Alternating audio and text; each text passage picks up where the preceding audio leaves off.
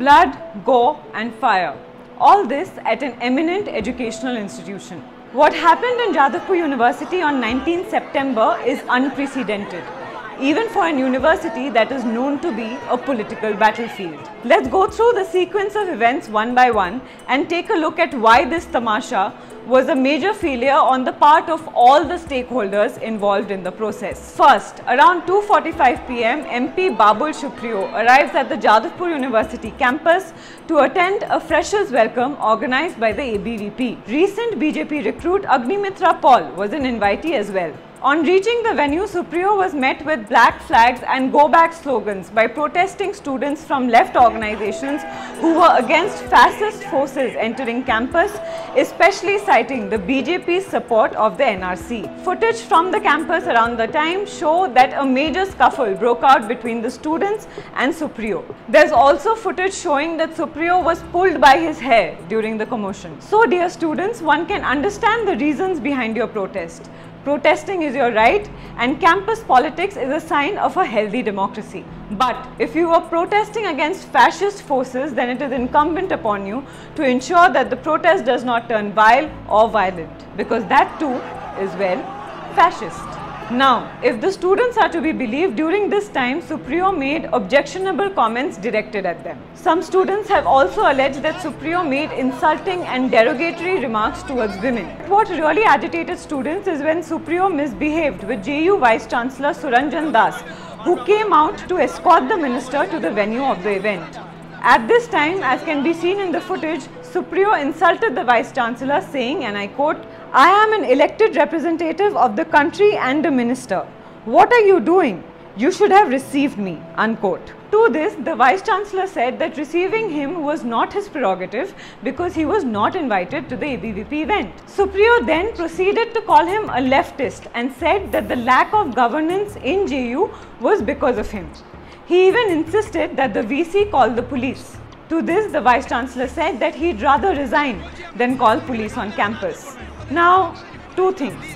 Firstly, Mr. Supriyo, Suranjan Das is the Vice Chancellor of a state government-run institution. In other words, he has been put in his chair by the Trinamool Congress government. Then how? I mean, by what stretch of imagination can he be a leftist? थोड़ा सोच के तो बात कर लीजिए, Minister Sahab. Also, news flash, sir. No one is obligated to go and receive you, yes, even if you are a union minister. And Mr. Das, calling police into an educational institution is deplorable, agreed. And it is not a precedent to be followed. But when you can see that the situation is getting out of hand and that a union minister is involved, why not call for backup?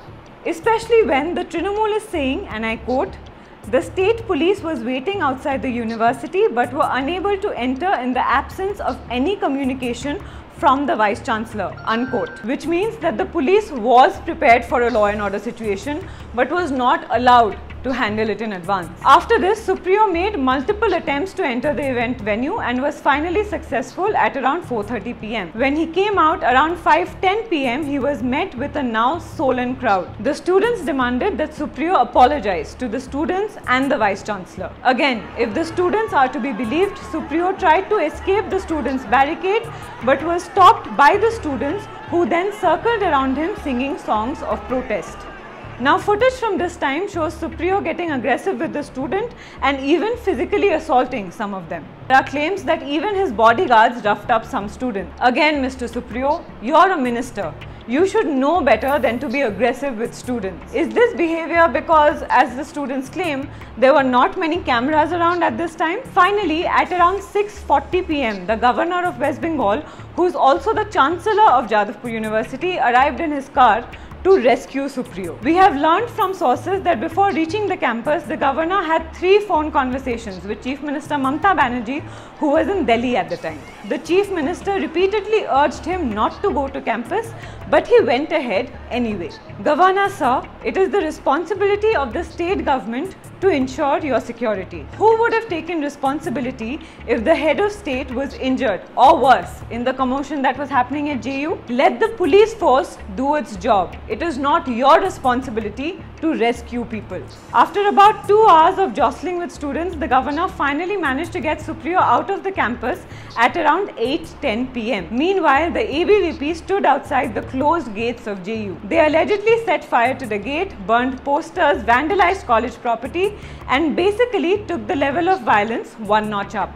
My question is, why? Your minister was heckled, we understand.